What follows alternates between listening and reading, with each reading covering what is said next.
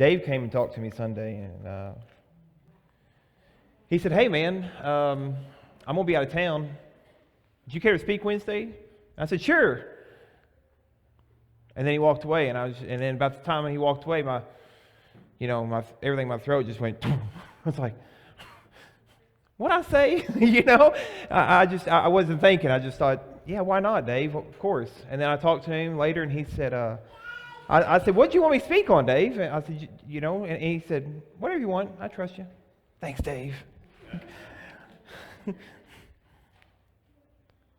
Guys, part of what I want to talk about is maybe part of the reason why I'm here right now, at this moment. A long time ago, I'll tell you a story, a very long time ago, I came to a point of salvation. It was right before my daughter was born. And man, was I ever on fire for God. I mean, I was so on fire for God, I just couldn't contain myself. I mean, it was just unreal. And I didn't know what to do, but I just, I felt like one of the things that I had a gift for was maybe speaking. And so I started looking into that kind of ministry, and I thought maybe I'm called to do more than what I'm doing. I mean, I went full in. I mean, I even ordered first semester like Liberty Home Bible College, and I was going to start going to college, and I just wanted to look into ministry. It's what I wanted to do. And it's weird, Satan is he's been fighting a spiritual battle with us for a lot longer than we have, and he's a lot better at it than we are. But there's a lot of things that we can do that he can never beat us at, and it's because of Jesus that we can always defeat him. But sometimes we tend to forget that, and I forgot it for a very long time, and I got away from a path that maybe I should be seeking more. And it dawned on me about 12 o'clock last night that that maybe I'm doing this for a reason. Maybe it's meant to be. I'm of the firm belief that God doesn't make mistakes. Amen? Yes? God does not make mistakes. And if we truly believe, and I mean truly believe, that God doesn't make mistakes, and we truly believe in God, I mean God, that He's the master of the universe. I mean, this is not just God. We read about Jesus, but do we really grasp it? I mean, do we really grasp that He created everything? I mean, just everything. And He did it all without making a mistake. I mean, we question Him all the time. We question what we're supposed to do, but why? He's God. I mean, I'm pretty sure He knows what He's talking about. And yet, I'm as guilty. I'm standing here. I'm talking to myself as much as I am everybody here. Why do we question God? Tonight, I'd like to talk to you about obedience and accountability. Question is, are you being obedient? Are you accountable? Are you doing what you're supposed to be doing? You see, tonight, I want to talk to you about the very thing that, are we doing what many times tells God with actions and not with words, not with lip service, that I believe in you, God. I believe in you, so I'm going to do what you asked me to do. See, I believe that often we find that thinking about being obedient and being obedient, sometimes we blur the lines. And the reality is two different things. See, we tend to paint a picture to what obedience looks like. And the reason we were able to paint that picture is because maybe we don't ever see it with our own eyes. You know what I mean? How often do you ever come across someone that's truly just been obedient to God their whole life? You don't. You don't really see what that's like face to face. You don't know what it's, and it's hard to see that. I mean, for some of you, you might think, well, I'm called to be a disciple and spread the word. I mean, that's a great commission, right? Yes? That's the Great Commission. So I mean, I think we get it so mixed up though, because we think the only way we can be a disciple and spread the word is, well, I'm going to become a preacher, or I'm going to teach Sunday school, or I'm going to get up here and sing because that's what I'm called to do. That's the way I'm going to spread the word. Or maybe you think you just need to become a missionary, and some people just they don't. And I'm not saying that we don't need all those things, because we do. Don't get that twisted. We need all that. But we have to see the picture of obedience. We look for what makes sense to us. And that it doesn't have to, but here's the thing, it doesn't have to make sense to us. If you look at the stories of the Bible, how many times did God ask somebody to do something that really didn't make any sense to you? I mean, it really didn't make any sense to them at the time. None. I mean, I'm trying to remember the guy's name. I think it was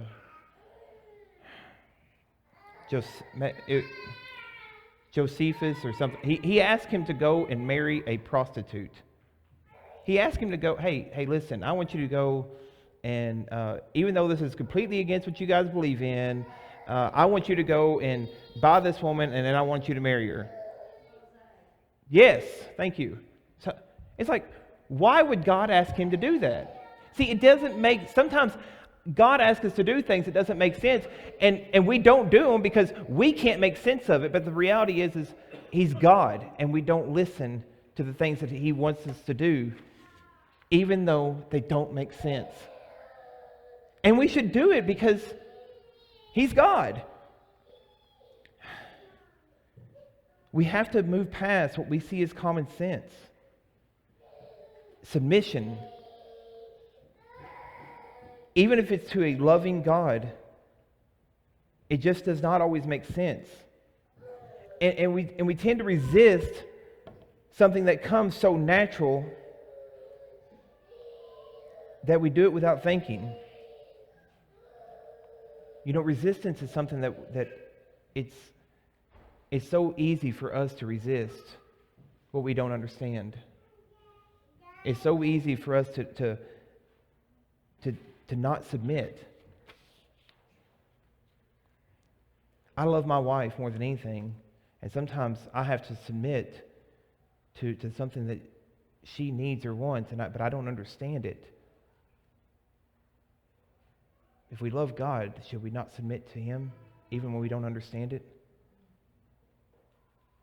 We submit to our children when they just want attention. We don't understand it. We submit to what they need sometimes. But we can't submit to God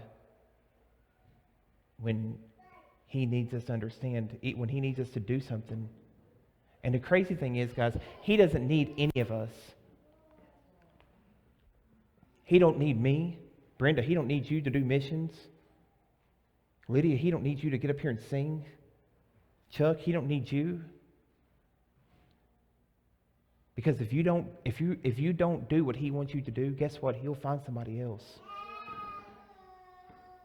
I guarantee it, he will find somebody else every single time. True obedience comes from trusting the Spirit of God. And if God is calling to do something, and he's telling us to do something, let us not forget that he is God. Matthew 28, verses 19 through 20. Go therefore and make disciples of all nations, baptizing them in the name of the Father, the Son, and the Holy Spirit, teaching them to observe all things that I have commanded you, and know I am with you always, even to the end of the age. Now, how many times you hear the Great Commission? What do you hear? You hear, go. You hear, go and make disciples of all nations, baptize in the name of the Father, Son, and the Holy Spirit. But what about the next verse? What about the next verse? Did you really read the next verse? No. He says, I am with you even to the end of the age. And so sometimes I think we forget that we need to be obedient, but we can't do it because we're fearful. We're scared. We don't understand it. We don't know what to do. But the reality is, if God is always with us, He's constantly with us, who can be against us? How can we fail if God is telling us to do something? We can't fail at this.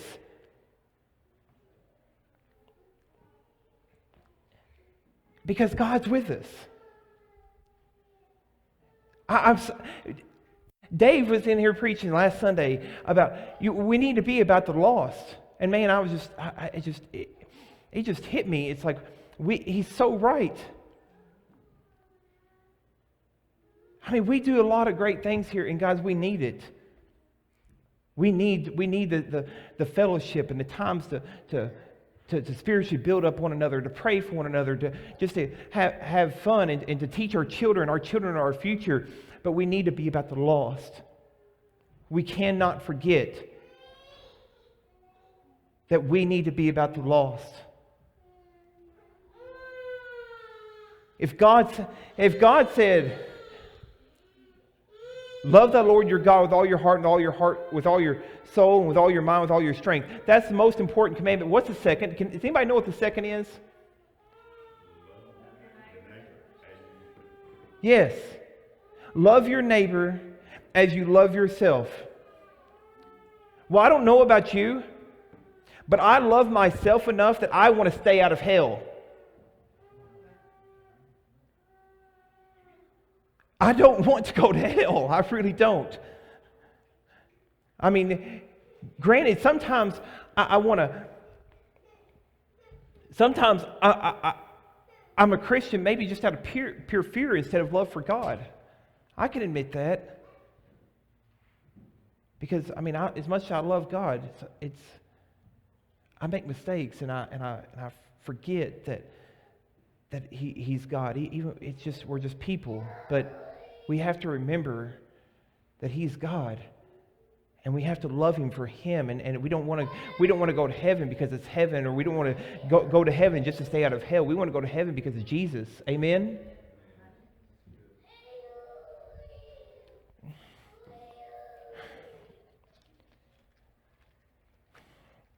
The Bible tells us in Proverbs, it's Proverbs 10:17, that whoever heeds discipline shows the way to life, but whoever ignores a correction leads others astray.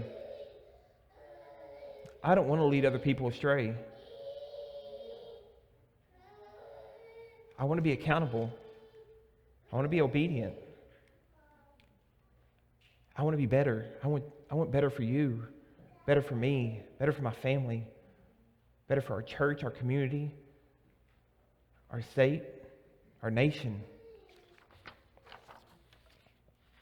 In the 11th century, King Henry III of Bavaria, he grew tired of court life and the pressures of being a monarch. So he made an application to Prior Richard at a local monastery, asking to be accepted as a contemplative. Now, contemplative, if you don't know what that is, I didn't know, so I looked this up. It's a person whose life is devoted to prayer. He wanted to spend the rest of his life in a monastery. Prior Richard looked at him, he said, "Your Majesty, do you not understand the pledge of obedience? You know how hard that's going to be because you're a king. You're a king, and you want to give that away to live in a monastery to just pray. Are you kidding me? You really think you can do that?" You see, as a king, he got whatever he wanted. He didn't have to obey anyone because he was the king. Yeah, it came with stress. But he had comfort, food, fame, fortune. But he had a kingdom of people that every major decision he made affected those people. His job, his calling. He thought it was too stressful. He didn't think he could do it. I understand, said Henry. The rest of my life, I want to be obedient to you as Christ leads you. And Prior Richards then said to him this. He said, then I will tell you what to do. Go back to your throne and serve faithfully in the place where God has put you. And when King Henry died, there was a statement written about him. The king learned to rule by being obedient. See, when we tire of our roles and responsibilities, it helps to remember that God has planted us in a certain place. And He's told us to be maybe a good accountant. Maybe He's told you to be a good teacher. Maybe He's told you to be a good hairdresser or a good mechanic. Or maybe He just told you just to be where I've got you. That's where you need to be. I've got you there for a reason. I've got you in the place that you're at for a reason, because you know what? I know as God that maybe nobody could reach the person that's next to you that's lost the way that somebody else could. But I just need you to listen. I just need you to be obedient.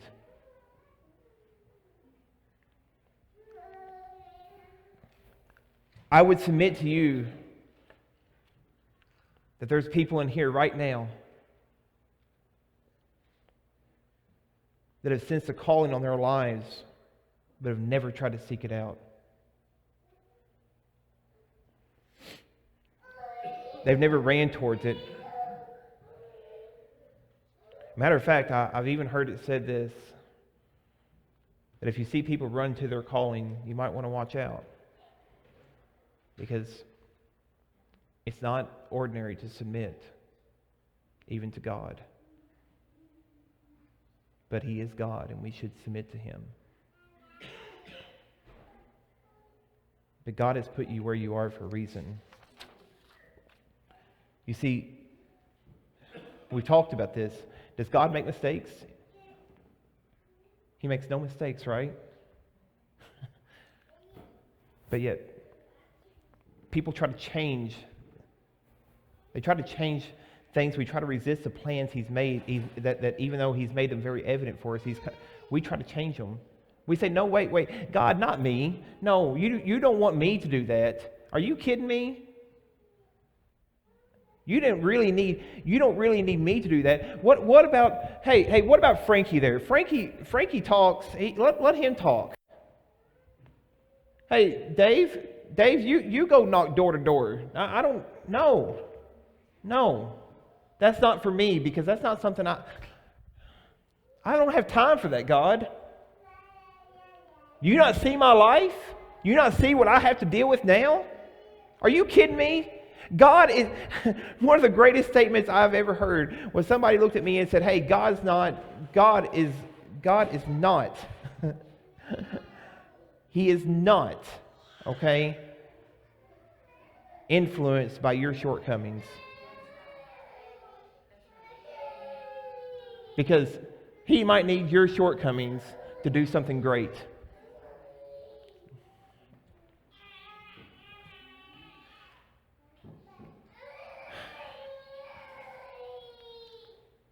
People, we're not supposed to be merely a victim of circumstance.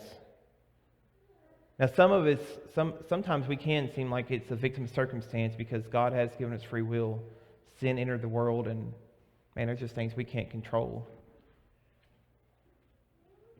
But I think if we're all honest, most people are in the positions that they're in because of the choices that they've made.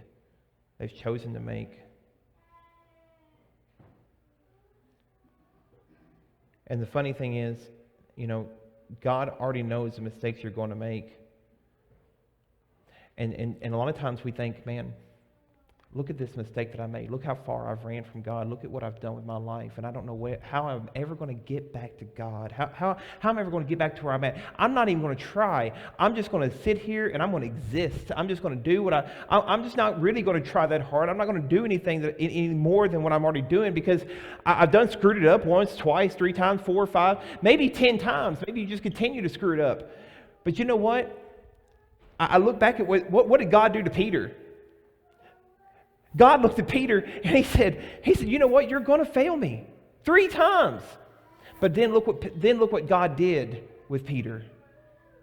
See, God knew he was going to mess up, but God had already laid out a road to redemption for Peter, just like he has for all of us. He knows we're going to mess up. He's not intimidated by our faults. He is not intimidated by the way that we don't understand things or the times that we question him. He's not intimidated by that, because he's already laid out a road of redemption for you. All he needs you to do is do what Peter did and just submit and say, okay, I get it now. You're God, my bad. And then look what he did with Peter. I mean, my goodness. Read the book of Acts. read the book of Peter. I mean, and all it took was for Peter just saying, oh, my bad, I finally get it. You're God. What was I thinking? I should have never denied you. But he knew he's going to deny him. He knew it. He knows you're going to mess up. He knows I'm going to mess up. But that's okay. Because we're fallible. We're people. We're not perfect. If we were perfect, we would never need him. And we all need Jesus. I need Jesus.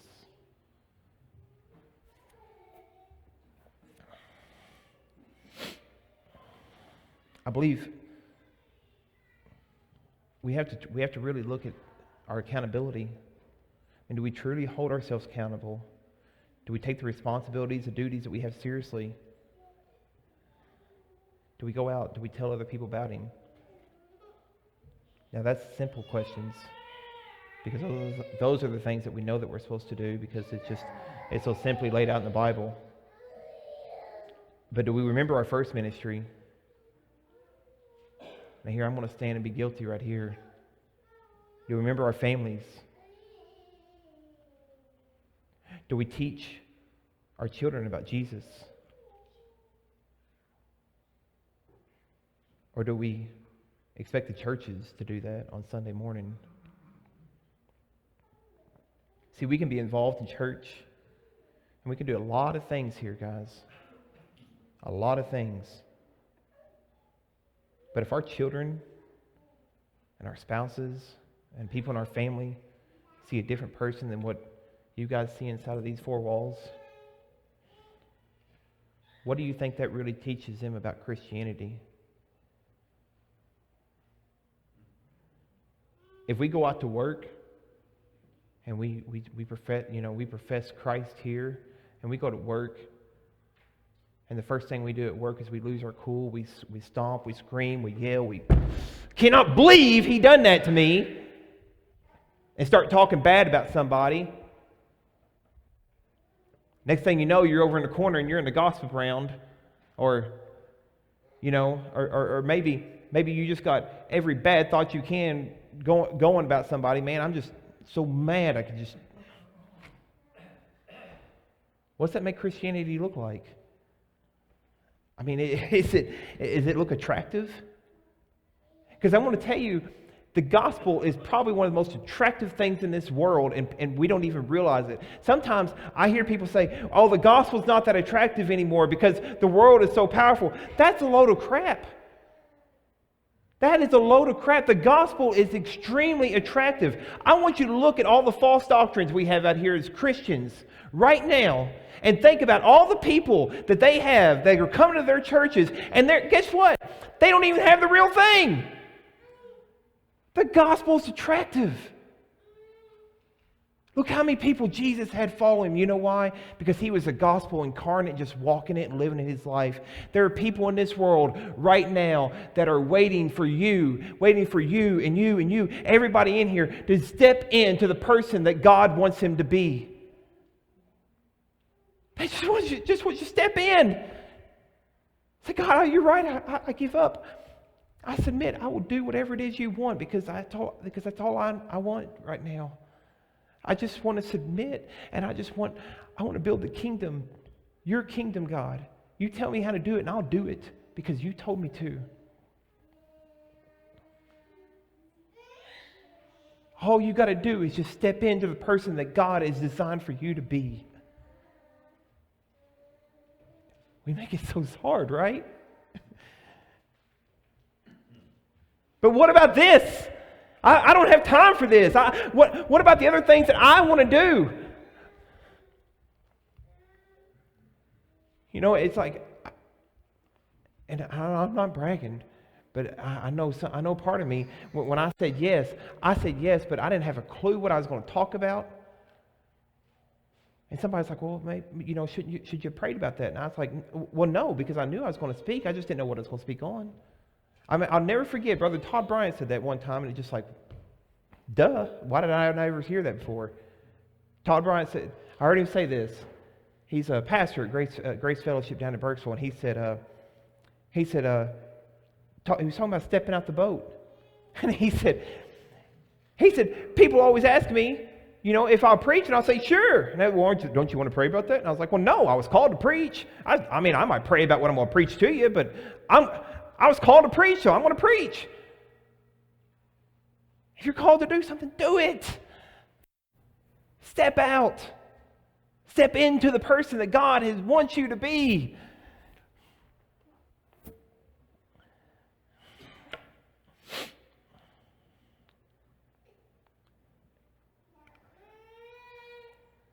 Are we like this? Are we like Paul? Paul found contentment. He found contentment in all things. Can you be like Paul?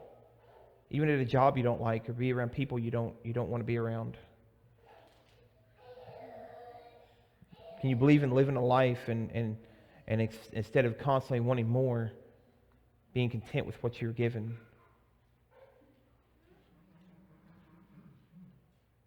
So many of us say, we'll do better someday.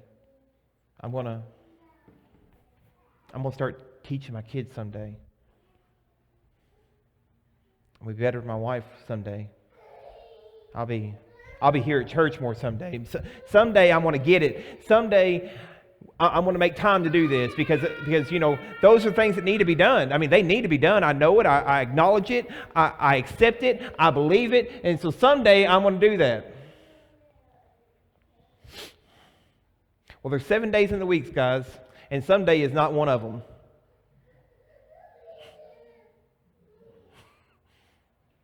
I read that this week, and it kind of like, boom, hit me in the eye. It's like, ouch.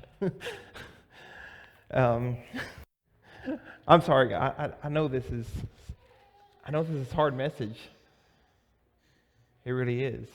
It's hard for me because I'm being honest with you guys. About 99% of this is me talking to myself. It really is. But just because it's for me doesn't mean it's not for you. Doesn't mean it's not for all of us.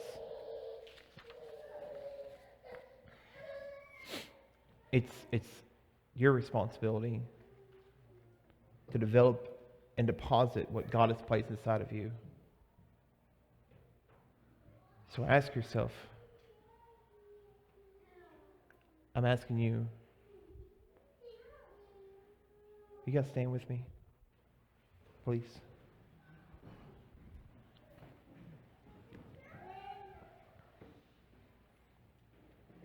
What are you doing to grow your gifts? I mean, did you read anything last year to help you inform your instinct, maybe enlarge your capacity on something you're trying to look into? Are you putting yourself in the path of people that challenge your limitations? See, your gift is God-given, but your mindset does not mature automatically. These are things that we have to grow. You see, your gift is like a muscle. Does anybody know how muscles grow? The only way a muscle ever grows is if you use it. God has given each of you a gift. It's a gift that you cannot buy, but it's free to each of us. But what are we doing with the gifts? Are we leaving it wrapped up? Are we sitting it here on the table and walking away from it? Or are we taking the gift and we're using it? Are we flexing the muscles that God's given us? Be obedient. Become accountable. You know, iron sharpeneth iron, so a man sharpeneth the countenance of a friend. It's Proverbs 27:17. The word countenance literally means the appearance of. You know, I need you guys sometimes to sharpen me, and I want to sharpen you. And we literally, the appearance of, you literally, by sharpening someone from the inside, you make them better looking on the outside. You ever heard, you're a strong, I love this, you're a powerful and attractive person of God because the gospel is attractive. But what good is it if all we ever do is sit inside of these walls and sharpen ourselves, sharp like a razor, like a knife? Do we ever really do anything more than that? Do we ever grow more than that? Now guys, this isn't an altar call, but I love what Steve Henry used to do. He would say, this is a call to action. So I want to give each of you an opportunity to have a call to action. Do you need to talk to God about it? Do you feel like you want to be better? Do you want to pray for somebody else? Do you want to... Maybe there's somebody in your life that you're having trouble with. Maybe there's somebody that maybe you just need to come and say, God, put somebody in my life that I can make better, because I need somebody to test my limitations. God, I've come here every Sunday. I come here every Wednesday night. I get sharpened all the time. I talk to my friends about God. I get sharpened. God, let me use the knife that you've given me. Let me pierce someone else's heart for you. It's nothing that I do, but God, let me do it for you.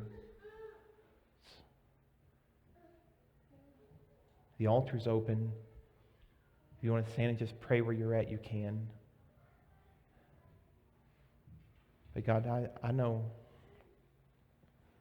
and me personally, I have failed at so many of these things, but I want to be better. And I pray that each and every one of you can become better.